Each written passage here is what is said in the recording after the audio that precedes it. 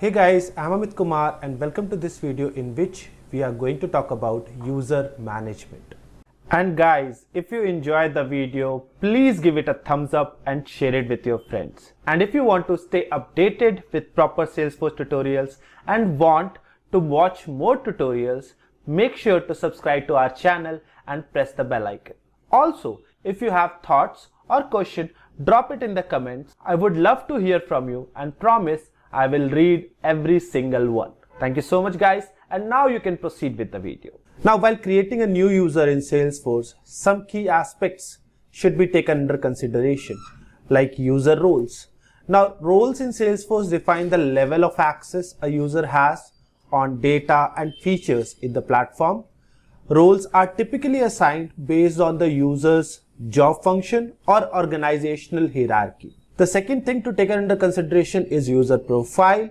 Now, whenever we assign a specific license to a user, we can assign a profile among that specific license.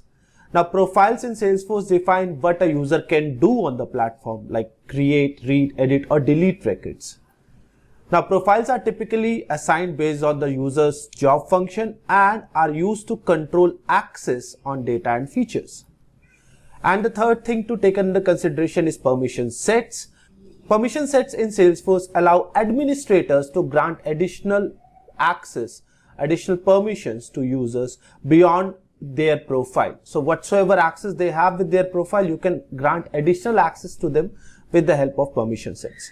And permission sets can be assigned to individual users or group of users. Now, while creating a user in Salesforce, the following fields are required, like you have to provide alias name, username, email, last name, nickname, locale, language, encoding, time zone, currency, role, user license, and profile. So definitely when we will create a user in the practical session, you will understand all these stuff. We can also create multiple users in Salesforce, and following information are to be provided, like we will provide a user license, and the same user license will be provided to all the users that we are creating with multiple users option. We can provide individual first name and last name to those users. Email, here whatsoever email we will provide will become the username. So I suggest you provide a username over here rather than providing an email. Later on, when all the users are created, then provide a specific email to a specific user. Profile, role, and at a time when we are creating multiple users, at a time we can create 10 users. Now resetting user password. So there are situations where you need to reset user password. Maybe the user have forgot the password, and in those situations it's good to reset the password of that specific user. So the user will get a reset password link on the registered email ID. So from the setup in the quick find, you will type users and then select users. Select the checkbox next to the user. And this way of resetting password will allow you to reset password of multiple users. So you can click on the check boxes of all the users whose password you want to reset and then click on reset password. So all those users will get an email on their registered email ID for resetting the password, or you can optionally click on individual user and then you can reset password of an individual user as well. Now a password created this way will not expire, but the user must change the password at the time they log in. Activating and deactivating user. Now deleting a user is not possible in Salesforce. So once you created a user, you cannot delete them. But in case in future, if you don't want the user to log in, then you have to deactivate that specific user. So for deactivating a user, you have to go to user management and then locate a specific user. You can locate that specific user using the email ID, username, or ID of that specific user. And once the user is located, click on the user and then uncheck the active checkbox and then save it. You have to confirm the deactivation and then save it.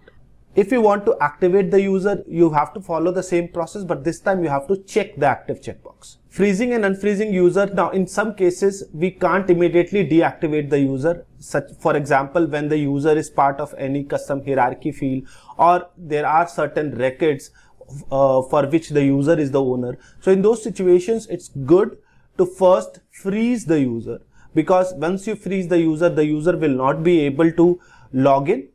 And after that, you can change the ownership, you can change the custom hierarchy field of wheresoever this specific user is being referred, And once all those changes are done, then you have to deactivate the user.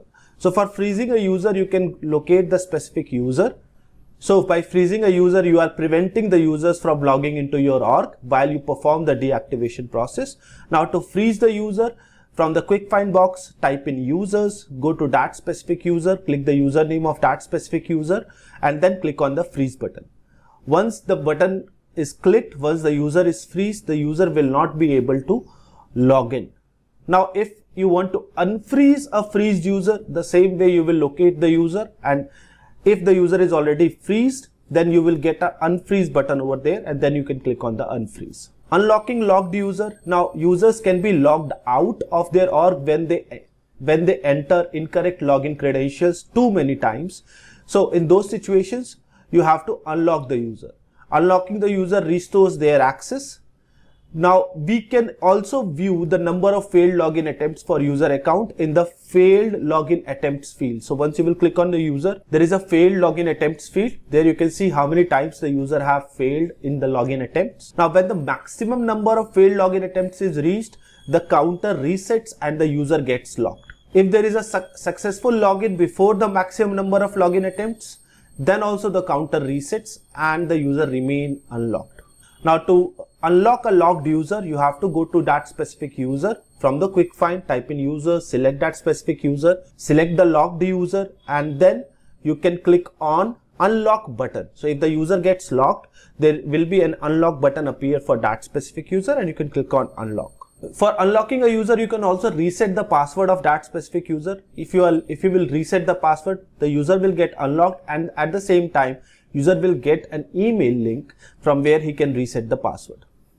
Now to set the maximum number of failed login attempts that are allowed for user, you can go to password policies and you can set the maximum number of failed login attempts. So it's pretty much of talk, and now it's time to see the things practically.